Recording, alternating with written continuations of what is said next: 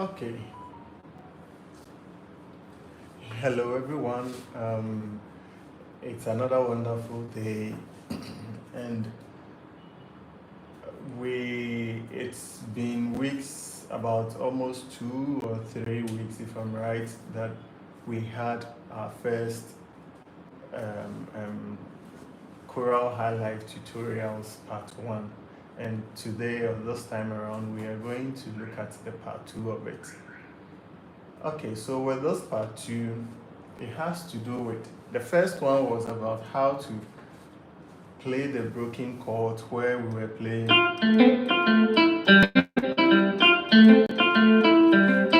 So this time I am going to take my time and then educate you on or teach you how to play a simple bass line that will sound crazy out there. Simple, we have the saying simple but classy. Okay? Yes, that is what we are going to do. This is Honasco Music House, and if you have any comments, leave it under the comment section. Like, share, and subscribe. Okay, so without wasting much time, let's look at already you know I wouldn't use any other key apart from F because most of my followers would want me to do tutorials in the key of F. So pardon me, if you want me to do it in a different key, you can alert me and I will do that for you. Excuse me.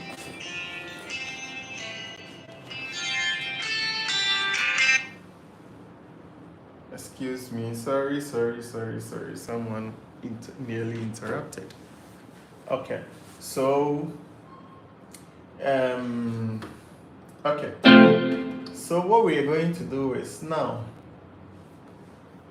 when anytime you think of playing the bass line, okay, the bass line, proper bass line, have you ever thought of listening to our local Adadam songs where we have Nana Pedu, J. Adolfo, and Pofo J, and all those legends? You see, during their time, their bass lines were not in codes. They were not playing many notes out there. Okay, so it was easy for you to identify and then play alongside. But this time around, what we are seeing is that, you know, as time goes on, people learn new things on the guitar and they begin to play pattern notes, a lot of pattern notes, which if you don't take care, you wouldn't be able to identify all the chords that were being used. Okay, so with me, before we move on, the advice I'll give is that whenever you are there or during your free hours or your free time, go online, listen to these other them songs and Pedu. You know, let's say song A may have one particular bass line where, let's say this song, for instance, Eko Tibrofo, it has those bass movements like,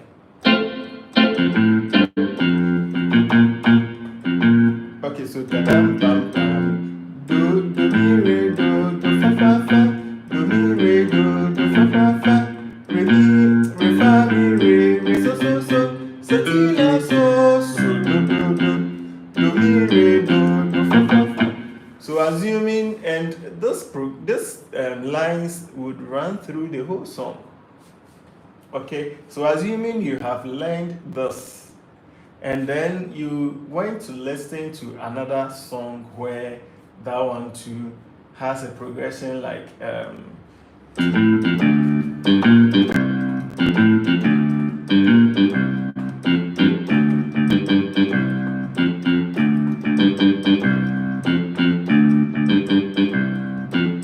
okay, so now you have the lines of Eko Tibrafo.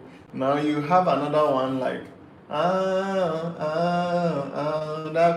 if I'm right. Yeah, you have this.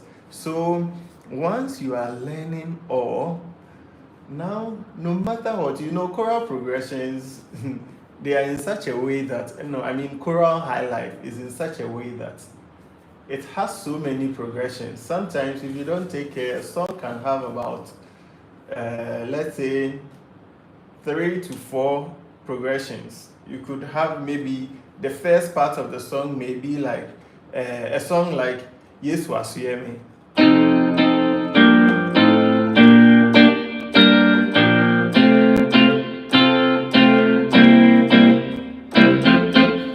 So if I have a song like that, it starts like what? Then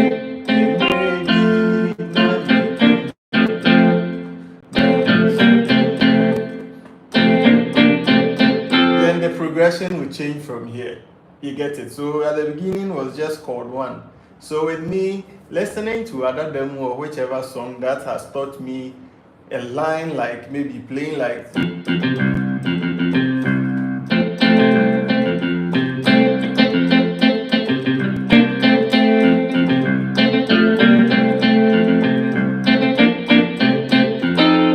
then from this part of the song, I can apply Ekotibrofu bass lines. You get it? A minute. So I can apply Ekotibrofu. So from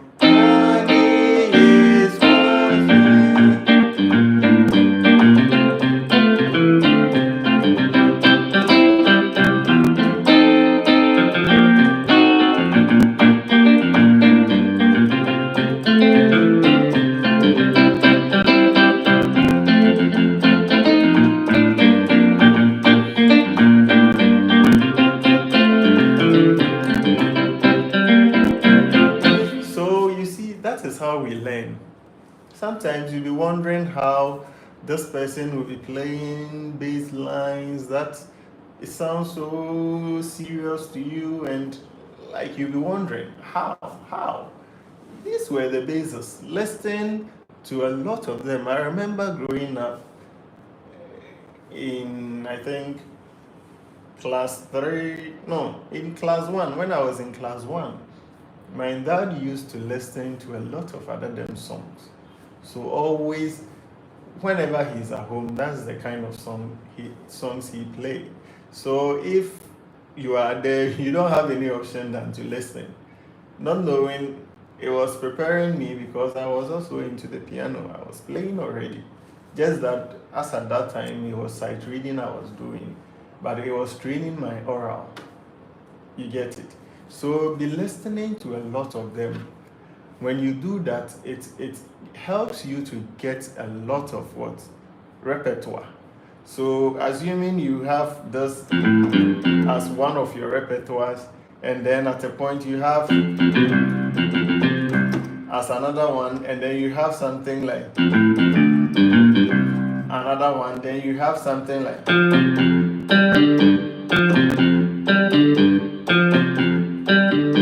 another one is there, and then a song like another one like which one? So imagine playing a song, a simple song, and there is a need for you to play any of these because it matches with the kind of progression you are playing. You don't have to stress yourself. All you have to do is to ensure that you have that separation where when you are playing this one is also complementing, and when you are doing that, there is no need to play the harmony. Don't waste your time. Already it is a danceable tune where the choir is singing the harmony. All you have to do as an accompanist is play the chord progressions. But most of you out there would want to play the harmony in danceable tunes. It doesn't make sense to me. It makes no sense. You can argue, but it doesn't make sense to do that. It is a danceable tune. Have you ever seen those in the contemporary field or side playing a harmony before? But look at the way their songs are always rich. So what difference do you think it is? they all sing in harmony? Or is it because you think mostly the choral people are singing a lot of passing notes, and theirs have to do with what? Straight harmony? Or is it, I don't even know how to even say it, but all you have to do is when you are playing, especially when you are a lot, there is no need for you to, one of them can play the harmony for the choir, fine. But when you are playing alone, the only time that you are expected to play the harmony is when you are introducing the song, just for them to know that this is the song you are playing. Apart from that, you just focus on the progression and the bass lines that will make the song interesting. You get it? Most of my choral performances with choirs, when you go online regarding Hilife, it's the bass lines that mostly attracts people to go and watch, because I know most companies would want to go online to see what is going out there. Okay, what they can learn to also become perfect. So, without wasting much time, let's move on to, this is just an advice for you out there, what you can do to also become perfect. Okay. All right. Now, a song like Yesu Asuyemi, as I was playing, it has this progression. Okay, I think I have that video in one of my tutorials, so I wouldn't use Yesu Asuyemi. Someone was asking for a Agbaja tutorials. Yes, so I think I can take this opportunity to do that. So a song like Ebenezer.